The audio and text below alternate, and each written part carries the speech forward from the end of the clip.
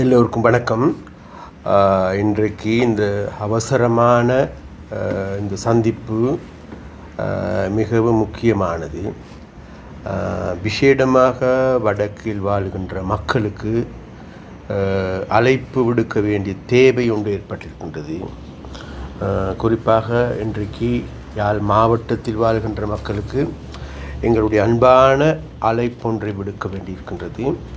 அப்போ அதன் நிமித்தமாகவே நாங்கள் இந்த செய்தியாளர் சந்திப்பினை செய்கின்றோம். இதில் இன்றைக்கு எங்களுடைய உதவி அரசாங்க அதிபர், அதே போல் எங்களுடைய பாராளுமன்ற உறுப்பினர் இளங்குமரன், அதே போன்று எங்களுடைய டிஐஜி, அதே போன்று எங்களுடைய பெட்ரோலிய கூட்டுத்தாபனத்தினுடைய முகாம் எல்லோரும் கலந்து கொண்டிருக்கின்றோம். நாங்கள் எல்லாம் கலந்து கொண்டதுக்கான முக்கியமான காரணம் தான் வேறு எதுவும் இல்லை. இன்றைக்கி நாட்டு மக்களுக்கு எல்லோருக்குமே தெரியும், நாட்டில் இன்றைக்கி உலகத்தில் ஏற்பட்டிருக்கின்ற அசாதாரணமான நிலைமை. அந்த உலகத்தில் ஏற்பட்டிருக்கின்ற இந்த அசாதாரண நிலைமை காரணமாக அதனுடைய தாக்கம் இன்றைக்கு முழு உலகத்துக்கே பாதிப்பை கொண்டு வருவதாக இருக்கிறது. அதுதான் வேறு எதுவும் இல்லை. இன்றைக்கு விசேடமாக மத்திய கிழக்கில் ஏற்பட்டிருக்கின்ற போர் நிலைமை, அதில் விசேடமாக ஈரான் மீது அமெரிக்காவும் இஸ்ரேலும் தாக்குதல் தொடுக்கின்றது. ஈரானும் ஏனைய நாடுகள் மீதும் தாக்குதல் தொடுக்கின்றது. அது மாத்திரமல்ல, ஈரான் இன்றைக்கு தங்களுடைய வாழ்வா சாவா என்கின்ற நிலையிலிருந்து போராட வெளிப்பட்டிருப்பதாக தெரிய வருகின்றது. அப்போ இவ்வாறான நிலைமையின் கீழ் இன்றைக்கு அவர்களுடைய கட்டடங்கள் உள்ளிட்ட அனைத்தும் சேதப்படுத்தப்பட்டதாக தெரிய வருகின்றது. அது மாத்திரமல்ல, ஈரானுக்கு சொந்தமான பல்வேறு எண்ணெய் குதங்கள், அது மாத்திரமல்ல எண்ணெய் தீவுகளாக இருக்கின்ற ஒரு சில பிரதேசங்கள் கூட தாக்கப்பட்டிருப்பதாகவும் கூறப்படுகின்றது. அது மாத்திரமல்ல, ஓமோஸ் ஜலசந்தி மூடப்பட்டு அதனூடாகவும் பாரியான அர்த்தம் ஏற்படுகிறதுக்கான வாய்ப்பு இருக்கிறது. அப்போ இவ்வாறான நிலைமையின் காரணமாக கடுகதி வேகத்தில் எண்ணெய் விலை உயர்ந்திருக்கின்றது. $68 இருந்தது, இன்றைக்கு 100, 120 மேலே செல்கின்றது, 100 இடையிலே தங்கப்பட்டு இருக்கின்றது. அப்போ அவ்வாறான விலை அதிகரிப்பின் காரணம் அதிகரிக்குமாக இருந்தால் நம் போன்ற நாடுகளுக்கு பெரியதோர் பாதிப்பை ஏற்படுத்தும் என்று எல்லோருக்கும் தெரியும். அப்போ இதன் காரணமாக இன்றைக்கு எல்லோருக்கும் எங்களுடைய மக்களுக்கு தெரியும், இன்றைக்கி உலகத்திற்கு எல்லா நாடுகளும், ஜப்பானிலும் கூட இன்றைக்கி 22 வருஷத்துக்கு பிறகு எண்ணெய் விலை அதிகரிக்கப்பட்டு இருப்பதாக கூறப்படுகின்றது. அது சுவிட்சர்லாந்து எடுத்துக்கொண்டாலும் சரி, பிரான்ஸ் எடுத்துக்கொண்டாலும் சரி, கனடாவை எடுத்துக்கொண்டாலும் சரி, அமெரிக்காவை எடுத்துக்கொண்டாலும் சரி, எல்லா நாடுகளிலும் கூட இந்த எண்ணெய் விலை அதிகரிப்பின் காரணமாக நாட்டினுடைய பொருளாதார ஸ்திர தன்மைக்கு பாரிய பங்கம் ஏற்பட்டிருப்பதாக உலக பொருளாதார அறிஞர்கள், நிபுணர்கள் கூறுகின்றார்கள். அப்போ இவ்வாறான நேரத்தில் எங்களுடைய நாட்டை நாங்கள் எடுத்து பார்க்கின்ற பொழுது எங்களுக்கு தேவையான எண்ணெய் எரிபொருள் இருப்பதோ மே மாதம் ஆரம்பிக்கும் வரைக்கும் தான் எங்களுக்கெல்லாம் போதுமானதாக இருக்குது. கேஸ் எடுத்துக்கொண்டால் மே மாதம் முடியும் தருவாய்க்கு மாத்திரம்தான் எங்களுடைய கேஸ் இருக்குது. காரணம் என்னவென்று தேடி பார்க்கின்ற பொழுது வேறு எதுவும் இல்லை. உண்மையிலேயே எங்களுக்கு கேஸையோ அல்லது எரிபொருளையோ களஞ்சியப்படுத்தி கொள்வதற்கான போதுமான களஞ்சியங்கள் இல்லை. அதனால் என்ன கஷ்டப்பட்டு எங்களுக்கு இது பண்ணாலும் கூட 37 நாட்களுக்கு மேலே எதையும் களஞ்சியப்படுத்த முடியாது.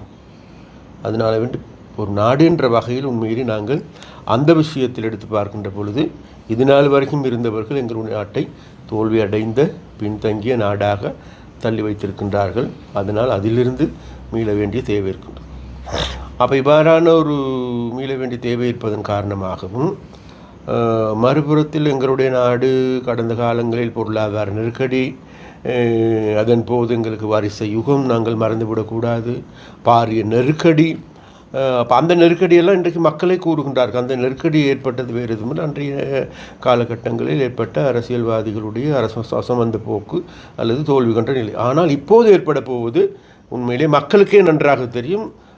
இதில் இது முக்கியமான காரணம் வேறு எதுவும், இது அரசாங்க தனிப்பட்ட ரீதியான காரணம் இல்லை, உலகத்தில் ஏற்பட்டிருக்கின்ற நிலைமை தான் காரணம்.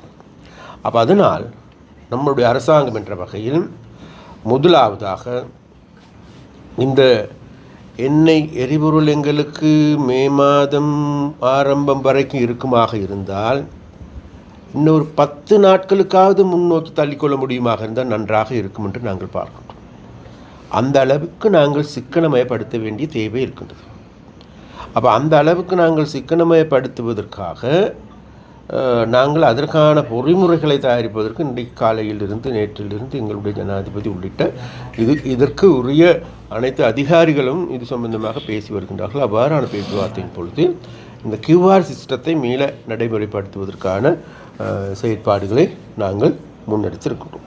அப்போ அந்த QR சிஸ்டத்தின் கீழ் இன்றைக்கி எங்களுக்கு தெரியும், இப்போ ஆரம்ப காலத்திலும் கூட எங்களுக்கு தெரியும், ஒரு காருக்கு எடுத்துக்கொண்டால் 15 லிட்டர், அதே போன்று 3 வீலுக்கு எடுத்துக்கொண்டால் 15 லிட்டர், அதே போன்று வேனுக்கு எடுத்துக்கொண்டால் 40 லிட்டர், லொரிக்கு எடுத்துக்கொண்டால் 200 லிட்டர், பைக் எடுத்துக்கொண்டால் 5 லிட்டர், பஸ்ஸுக்கு எடுத்துக்கொண்டால் 60 லிட்டர், அது இல்லாமல் ஸ்பெஷல் ப்ரப்போஸ் வெஹிக்கிளுக்கு எடுத்துக்கொண்டால் 40 லிட்டர், லேண்ட் வெஹிக்கிளுக்கு 25 லிட்டர் வழங்குவதற்கு QR முறையின்படி வழங்குவதற்கு தீர்மானிக்கப்பட்டிருக்கின்றது. அது இல்லாமல் எங்களுக்கு கடல் தொழிலாளர்களுக்கு படகுகளுக்கு போதுமான அளவு பெற்றுக் கொடுக்க வேண்டிய தேவை இருக்கின்றது. அதுகளுக்கு எந்த விதமான தடையும் இல்லை. அதே போன்று எங்களுடைய விவசாய நடவடிக்கைகளுக்கு போதுமான அளவு அவர்களுக்கு பெற்றுக் கொடுக்க வேண்டியதற்கு அதற்கும் எந்த விதமான தடைகள் இல்லை. அதற்கான பொறிமுறை நான் நாளை வரும்பொழுது, இன்றைக்கு இரவு அல்லது நாளை அதற்கான பொறிமுறைகளையும் தயாரிக்கப்படும். அது இல்லாமல் ஒரு சில வாகனங்கள் இருக்கின்றது.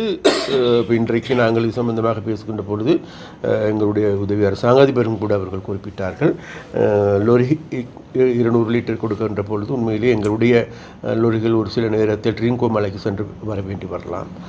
விசேடமாக இந்த பிரீமா போன்ற நிறுவனங்கள் கோதுமை கொண்டு வருவதற்காக அவர் கொண்டு வருகின்ற பொழுது நிச்சயமாக அது 200 லிட்டர் போதாமையாக இருக்கலாம். அப்போ அதற்கான பொறிமுறை ஒன்றை எங்களுடைய தயாரிப்பு கூட எங்களுடைய பெட்ரோலிய கூட்டுத்தாபன தலைவரோடு நாங்கள் பேசினோம். அவரும் கூட குறிப்பிட்டார்கள், உங்களுக்கு தேவைப்படுகின்ற விடயங்கள் தொடர்பாக எல்லாவற்றையும் எழுத்து வடிவில் எழுதி உங்களுடைய பொறிமுறையை தயாரித்து அனுப்புங்கள், அதுக்கேற்ற மாதிரி நாங்கள் எங்களுடைய நடவடிக்கைகளை ஃப்ளெக்சிபிளாக மாற்றிக்கொள்கின்றோம் என்று குறிப்பிட்டிருக்கின்றார்கள். அந்த பக்கம் மறுபுறத்தில் எடுத்துக்கொண்டால் QR கோட் வழங்குவதன் ஊடாக ஓரளவு கட்டுப்படுத்த முடியும் என்று நாங்கள் பார்க்கின்றோம். அதே நேரத்தில் QR கோட் வழங்கியதன் பிறகு, அதாவது இன்றைக்கு மக்களுக்கு தெரியும் இன்றைக்கி ஏற்பட்டிருக்கின்ற நிலைமை இது அரசாங்கத்தாலோ அல்லது இங்கே இருக்கின்ற மக்களால் உருவாக்கப்பட்ட ஒன்றல்ல, இது உலகத்தில் ஏற்பட்டிருக்கின்ற நிலைமையின் காரணமாக ஏற்பட்ட ஒன்று. அதனால் அரசாங்கத்தின் மீது மக்கள் வெறுப்பை தாண்டுகின்ற அல்லது அந்த வகையான செயற்பாடுகளுக்கு மக்கள் செல்ல மாட்டார்கள் என்கின்ற நம்பிக்கை இருக்குது. ஒரு சிலர் வேண்டுமென்றே யாராவது எதிர்க்கட்சிகள் திட்டமிட்டு ஏதாவது செய்தாலே தவிர வேறு எதுவும் கிடையாது. மக்களுக்கு இன்றைக்கு தெரியும் மக்களுக்கு. மறுபக்கம் அப்போ அதனால் அப்போ நாங்கள் பார்க்கின்றோம், நாளையிலிருந்து சகல பெட்ரோல் ஷெட்டுகளுக்கும் பாதுகாப்பை பலப்படுத்துகின்ற நடவடிக்கை, போலீஸ் பாதுகாப்பை பலப்படுத்துகின்ற நடவடிக்கை எடுத்து எங்களுடைய DH அவர்கள் வந்திருக்கிறார்கள். அவர்கள் நாளையிலிருந்து இதற்கான நடவடிக்கை, இன்றிலிருந்து இதற்கான நடவடிக்கை எடுப்பதாக கூறியிருக்கின்றார்கள். அதே போன்று அதிகமான வரிசை எதுவும் ஏற்படுமாக அந்த வரிசையை பராமரிக்கின்ற வேலை விஷயமாக எங்களுடைய பிரதேச செயலாளர் ஊடாக அதற்கான நடவடிக்கை எடுப்பதற்கு நாங்கள் தீர்மானித்திருக்கின்றோம். அப்போ அந்த வகையில் எந்த விதமான வரிசை வந்தாலும் கூட அந்த வரிசையில் ஏற்படுகின்ற வரிசையில் இருக்க வேண்டுமாக இருந்தால், வெயிலில் வாடுவார்களாக இருந்தால் அல்லது எந்த விதமான பாதுகாப்பற்ற நிலை இருந்தால் அவர்களுக்கான பாதுகாப்பு நிலையங்கள் அல்லது ஹட் போன்றவற்றையும் கூட பெற்று கொடுத்து அந்த மக்கள் தங்குவதற்கான அல்லது மலசலக்கூட வசதிகள் இல்லாமல் இருக்கும்போது அவைகளையும் கூட பெற்றுக் கொடுப்பதற்கான செயற்பாடுகளை முன்னெடுக்கப்பட வேண்டும் என்று அரசாங்கம் தீர்மானித்திருக்கின்றது. அப்போ இந்த நடவடிக்கைகளை நாங்கள் இன்றைக்கு எங்களுடைய பிரதேச செயலாளர்களுடன் நாங்கள் பேசியிருக்கின்றோம். அப்போ அந்த பிரதேச செயலாளர்கள் அந்தந்த நிலையங்களுக்கு சென்று பார்வையிட்டு அதற்கான ஆக்கப்பூர்வமான நடவடிக்கை எடுப்பார்கள் என்று நாங்கள் நம்புகின்றோம். அதனால் நாட்டில் இன்றைக்கு ஏற்பட்டிருக்கின்ற இந்த நிலைமை காரணமாக அடுத்த வாரம் முதல் வாரத்தில் 5 நாட்களுக்கு பதிலாக 4 நாட்கள் வேலை செய்வதற்கான நடவடிக்கை எடுக்கப்படுகின்றது. புதன்கிழமை விடுமுறை நாட்களாக பிரகடனப்படுத்த இருக்கின்றது. அது மாத்திரமல்ல, நான் இன்றைக்கு இரவுக்கு எங்களுக்கு தெரிய வரும் பாடசாலைகள் பல்கலைக்கழகங்கள் எப்படி இயங்க வேண்டும் அல்லது அதற்கான பொறிமுறைகள் என்ன என்பதும், அப்போ அந்த பொறிமுறைகளுக்கு ஏற்ப மக்களிடம் நாங்கள் கேட்டுக்கொள்வது வேறு எதுவுமில்லை. அதாவது தயவு செய்து அனாவசியமான செலவுகள், போக்குவரத்து பயணங்களை தணிப்போம். ஏனென்றால் இது முழுவதும் அது நாட்டு மக்களுக்காக ஏற்பட்டிருக்கின்ற அனர்த்தம். அப்போ இந்த அனர்த்தத்திலிருந்து நாங்கள் ஓரளவாவது எங்களை தக்க வைத்துக் கொள்ள வேண்டுமாக இருந்தால் நிச்சயமாக இன்றைக்கி இருக்கின்ற எரிபொருளை கொஞ்சம் முன்னோக்கி கொண்டு செல்ல வேண்டும். அதே நேரத்தில் அரசாங்கம் என்ற வகையில் நாங்கள் சீனாவோடு பேசியிருக்கின்றோம், தருவதாக கூறுகின்றார்கள். ரஷ்யாவோடும் பேசியிருக்கின்றோம், தருவதாக கூறுகின்றார்கள். இந்தியாவோடு பேசினோம். ஏற்கனவே இந்தியா IOC மூலமாக 2 கப்பல் மசகு எண்ணெய் வருவதற்கு இருந்தது. அது இப்பொழுது கொண்டு வரவில்லை அவர்கள். நாங்கள் இந்தியாவோடு பேசி அவர்களிடம் கேட்டு தயவு செய்து எங்களுக்கு நீங்கள் கொண்டு வருவதாக கூறிய 2 கப்பல் மசகு எண்ணெயாவது கொண்டு வாருங்கள் என்று நாங்கள் கேட்டிருக்கின்றோம். அதற்கும் அவர்கள் ஓகே பண்ணியிருக்கின்றார்கள். அப்போ அந்த வகையில் அரசாங்கம் என்ற வகை, அது மாத்திரமல்ல மேலும் பல நாடுகளோடு நாங்கள் இது சம்பந்தமாக பேசி கொண்டு வருகின்றோம். அதனால் இன்றைக்கு நாட்டிலும் உலகத்திலும் இலங்கைக்கு ஏற்பட்டிருக்கின்ற நன்மதிப்பு ஒன்று இருக்கின்றது. அப்போ அந்த நன்மதிப்பையும் நல்ல முறையில் பயன்படுத்தி மக்களை கஷ்டத்தில் வீழ்த்தாது பாதுகாத்து கொள்வது எங்களுடைய அரசாங்கத்தினுடைய தேவையும் நோக்கமாகும். அப்போ அந்த நோக்கத்தின் அடிப்படையில் நாங்கள் இன்றைக்கு நடைமுறைப்படுத்துகின்ற இந்த எரிபொருள் தட்டுப்பாட்டை தவிர்ப்பதற்கும் அதில் ஒரு சில கட்டுப்பாடுகளை விதித்து ஓரளவு சிக்கனத்தை கடைபிடித்து இப்போது இருக்கின்ற எரிபொருள்களை இன்னும் கொஞ்சம் மிச்சப்படுத்தி கொண்டு முன்னோக்கி செல்ல வேண்டும். ஆனால் கடந்த 2 வாரங்களாக நாங்கள் பார்க்கின்ற பொழுது எங்களுடைய விஷயமாக இது நாள் வரைக்கும் எங்களுக்கு 6 லட்சம் மெட்ரிக் டன் தேவைப்பட்டது. மெட்ரிக் டன்னு 6000 மெட்ரிக் டன். அப்போ ஆனால் இப்போ கடந்த காலங்கள் எடுத்து பார்க்கின்ற பொழுது 10,000க்கு அதிகமாக விற்பனையாக இருக்கின்றது. மக்கள் சேகரித்து வைத்திருக்கின்றார்கள். அண்மையிலும் கூட ஒரு சிலர் கைது செய்யப்படுகின்ற பொழுதும் கூட சில வீடுகளிலிருந்து 100 லிட்டர் 500 லிட்டர் அப்படியெல்லாம் எடுத்திருக்கப்பட்டிருக்கிறதாக ஒரு பொருள் இருந்த போதிலும் கூட அது காரணம் வேறு எதுமல்ல, மக்கள் கடந்த கால அனுபவங்கள் இருக்கின்றது. அதன் காரணமாகத்தான் அவ்வாறான நிலைமை.